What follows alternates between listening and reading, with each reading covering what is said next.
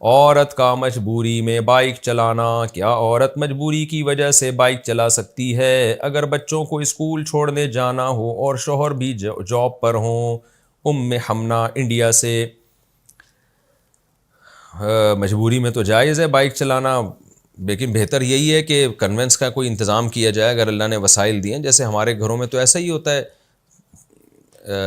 پاکستان میں تو میجورٹی اسی پر عمل کرتی ہے، کنوینس کا انتظام ہوتا ہے اور اس کی منتھلی فیس دی جاتی ہے۔ اب بائک میں بھی تو پیٹرول ڈلے گا نا، جب ڈیلی بیسس پہ خاتون بائک میں اپنے بچوں کو چھوڑنے کے لیے جائیں گی تو اس سے بہتر نہیں ہے کہ محلے والے، کیونکہ اس اسکول میں صرف آپ کے بچے تو نہیں پڑھتے، اور بھی تو پڑھتے ہوں گے نا، تو ایک کنوینس کا انتظام کیا جائے، وہی فیس آپ کنوینس والے کو دے دیں جیسے کہ ہو رہا ہے۔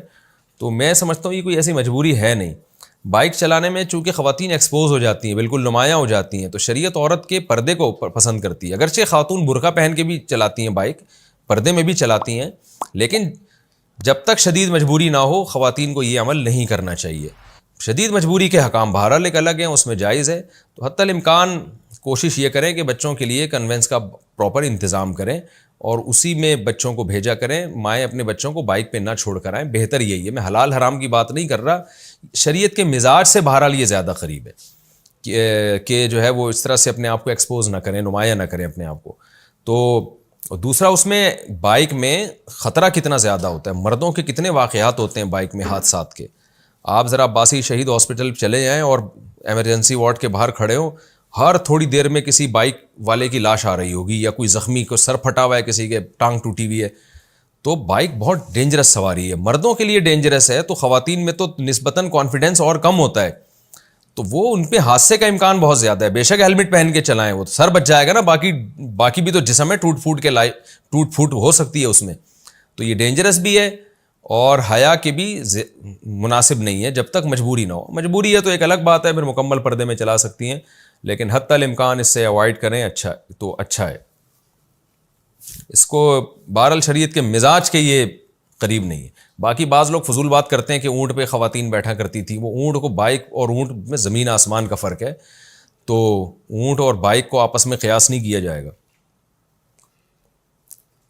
کرائے کا گھر ہو تو حج فرض ہوگا یا نہیں؟ گھوڑے پر بھی بعض لوگ قیاس کرتے ہیں کہ خواتین تو گھڑ سواری بھی کرتی تھی، تو نارملی صحابہ کے دور میں ایسا نہیں ہوتا تھا کہ خواتین گھڑ سواریاں کرتی ہوں۔ تو میں حلال حرام کی پھر بتا دوں، بات نہیں کر رہا، کوئی خاتون اگر پردے کی پابندی کے ساتھ جا کے کہیں شوقیہ گھوڑا چلا لیتی ہیں تو کوئی برا نہیں ہے، لیکن اب اسی کو مستقل سواری بنا لینا یہ ہمیں صحابیات میں نہیں ملتا۔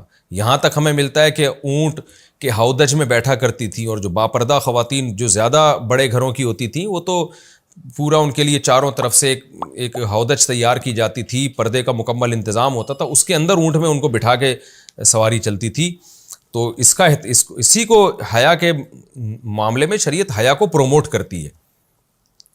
باقی کہیں ایک آدھ واقعات ملتا ہے کہ خاتون گھوڑے پہ سوار ہو کر جنگ میں شریک ہوئی، حضرت خولہ رضی اللہ تعالیٰ عنہ کا جیسے ملتا ہے، تو مجبوری میں نے بتایا کہ جائز ہے۔ اگر کہیں جنگ میں مرد کم پڑ رہے ہوں تو کوئی خاتون بھی جنگ میں گھوڑے پر سوار ہو کے چلی جائیں، لیکن نارملی ایسا ہوتا نہیں تھا اور آج بھی نہیں ہونا چاہیے۔